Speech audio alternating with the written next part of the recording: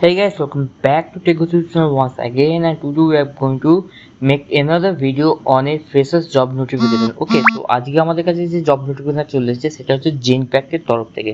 তো বেশি দেরি না করে চলো বন্ধুরা ভিডিওটা শুরু করা যাক।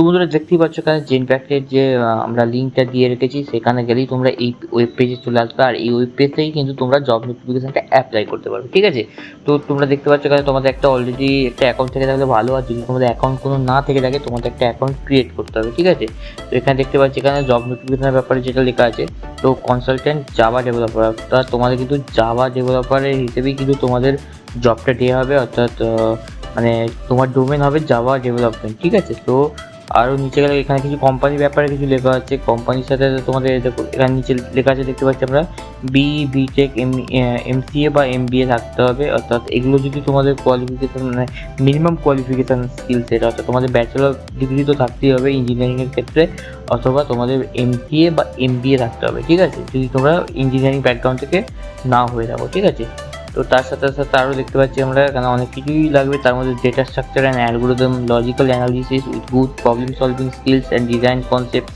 And good knowledge on spring framework, অর্থাৎ তোমার স্প্রিং বুট যে জাভা ফ্রেমওয়ার্ক আছে সেই সম্পর্কে তোমাদের ভালো নলেজ থাকতে হবে।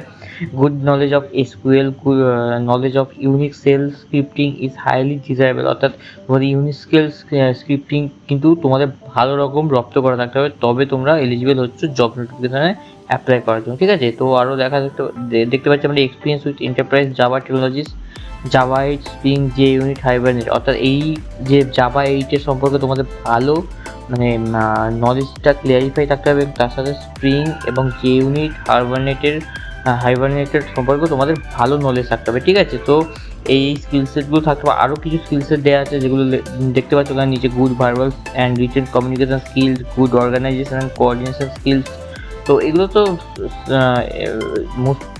মোস্টলি সব কোম্পানিতে এই স্কিলসগুলো তো সফট স্কিলগুলো তো লাগবেই। ঠিক আছে, তো এখানে আরও একটা জিনিস দেখতে পাচ্ছি আমরা, তো job consultant primary location India Bangalore, অর্থাৎ তোমাদের কিন্তু ব্যাঙ্গালোরে তোমাদের অফিসে গিয়ে কিন্তু তোমাদের ওয়ার্ক করতে হবে। এবং তার সাথে আরও জিনিস যেটা দেখতে পাচ্ছি, এডুকেশন লেভেল কিন্তু ব্যাচেলার গ্র্যাজুয়েশন অথবা ইকুইভ্যালেন্ট তোমাদের ডিগ্রি হতে হবে, এবং এটা কিন্তু ফুল টাইম অপরচুনিটি গাইস, তো it's not any kind of internship or this kind of thing. তো আরও দেখতে পাচ্ছি এখানে আপপোস্টিং, অর্থাৎ সেরকম কিন্তু দেয়া নেই যে কবে জব নোটিফিকেশানটা মানে রিমুভ হবে, তো সেরকম কোনো জব মানে ডেট মেনশন করা নেই। তো অলরেডি বলে রেখেছি এটা কিন্তু খুব ভালো অপরচুনিটি, যারা খুব মানে জাভা ডেভেলপমেন্ট করতে চাও, মানে অর্থাৎ অ্যাজ এ জাভা ডেভেলপার কোনো এমএনসিতে জয়েন করতে চাও। আর জেনপ্যাক্টের সম্পর্কে তো আমরা জানি, জেনপ্যাক্ট একটা অসাধারণ কোম্পানি, অ্যাজ এ ফ্রেশার্স হোক বা অ্যাজ এ এক্সপিরিয়েন্স ক্যান্ডিডেট হোক। তো এটার প্যাকেজ কিন্তু অ্যারাউন্ড কিন্তু 5 LPA থেকে 6 LPA হবে। তো অ্যাজ এ ফ্রেশার্স এটা খুবই মানে দারুণ অপরচুনিটি। আর সবথেকে বড় কথা, এটা কিন্তু not only for freshers, it's also for experience candidate. So both freshers and experienced candidate can apply for this job role. Okay, তো এখানে প্রথমত তোমাদের অ্যাপ্লাই করে দেবে, এবং তারপরে তো ওদের টিম থেকে তোমাদের যদি প্রোফাইল শর্ট লিস্টে হয়ে থাকে তাহলে তোমাদের তারা মেল করবে।